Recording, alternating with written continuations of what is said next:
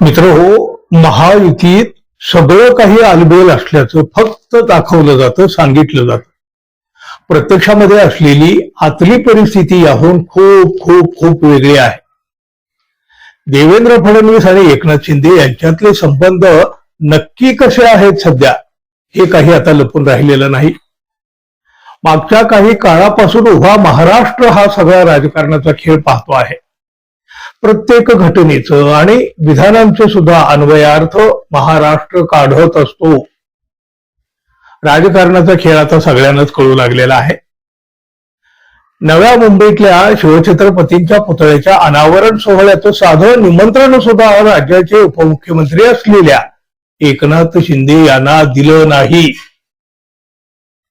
शिंदे यांच्या विरुद्ध खेळलेला हा डाव तसा मोठा म्हणावा लागेल. सरकारी स्वरूपाचा कार्यक्रम असून सुद्धा आणि एकनाथ शिंदे हे राज्याच्या उपमुख्यमंत्री पदावर असताना सुद्धा त्यांना या कार्यक्रमापासून पद्धतशीरपणे दूर ठेवलं गेलं. देवेंद्र फडणवीस यांनी शिवछत्रपतींच्या पुतळ्याचं अनावरण केलं. देवेंद्र फडणवीस यांनी हे सगळं जाणीवपूर्वक घडवून आणल्याची चर्चा सुद्धा आता सुरू झालेली आहे. राजकीय वर्तुळात तर याचे वेगवेगळे अर्थ लावले जात आहेत. महत्वाच्या कार्यक्रमाला डावलल्यामुळे शिंदे गट कमालीचा नाराज झालेला आहे, संतापला आहे, खवळलेला आहे, चिडलेला आहे. पण त्यांना देवेंद्र फडणवीस यांच्याबद्दल उघडपणे आणि थेटपणे बोलताही येईना. त्यांनी मग याचं खापर अधिकाऱ्यावर फोडायला सुरुवात केली आहे. शिंदे गटाचे नेते आणि सामाजिक न्याय मंत्री संजय शिरसाट यांनी या प्रकरणावर अत्यंत बोलकी प्रतिक्रिया दिलेली आहे. काही अधिकारी काही राजकीय लोकांच्या दबावाखाली येऊन असा प्रकार करीत असतील तर मी त्यांना ठणकावून सांगतो, तुम्ही तुमच्या नोकरीपुरतं मर्यादित राहा, राजकारणात पडू नका. जर तुम्ही असे राजकारणी होण्याचा प्रयत्न केला तर निश्चित तुमच्यावर सुद्धा कारवाई होईल. आता हे का घडलं, कसं घडलं, यावर मंगळवारी कॅबिनेटमध्ये मुख्यमंत्र्यांच्या समोर हा प्रश्न मांडणार आहे, असं सुद्धा शिरसाट म्हणाले.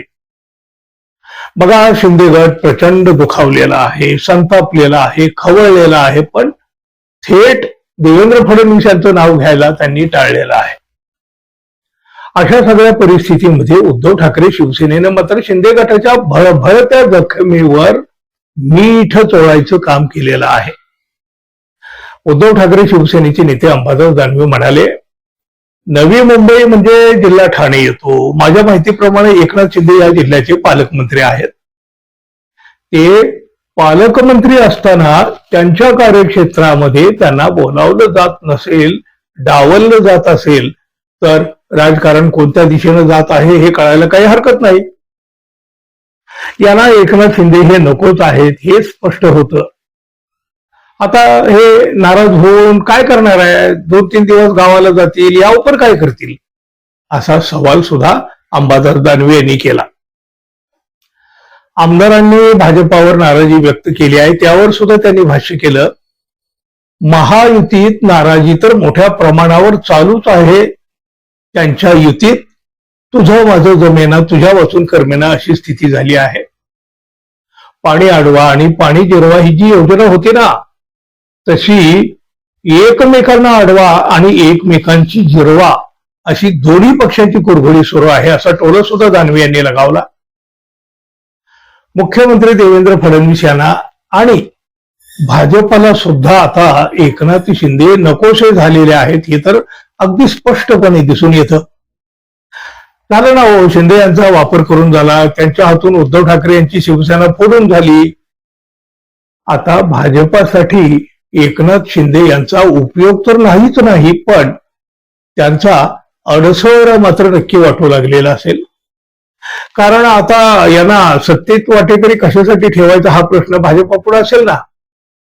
आणि म्हणूनच एकनाथ शिंदे यांनी स्वतःहून महायुतीतून बाहेर पडावं असं धोरण सुद्धा भाजपाचं असू शकतं. तुम्हाला काय वाटतं मित्रांनो, जरूर सांगा. आणि आपण अजून आपल्या चॅनलला सबस्क्राईब केलं नसेल तर कृपया सबस्क्राईब करावं ही अपेक्षा तर आहे. धन्यवाद. पुन्हा भेटू. नमस्कार.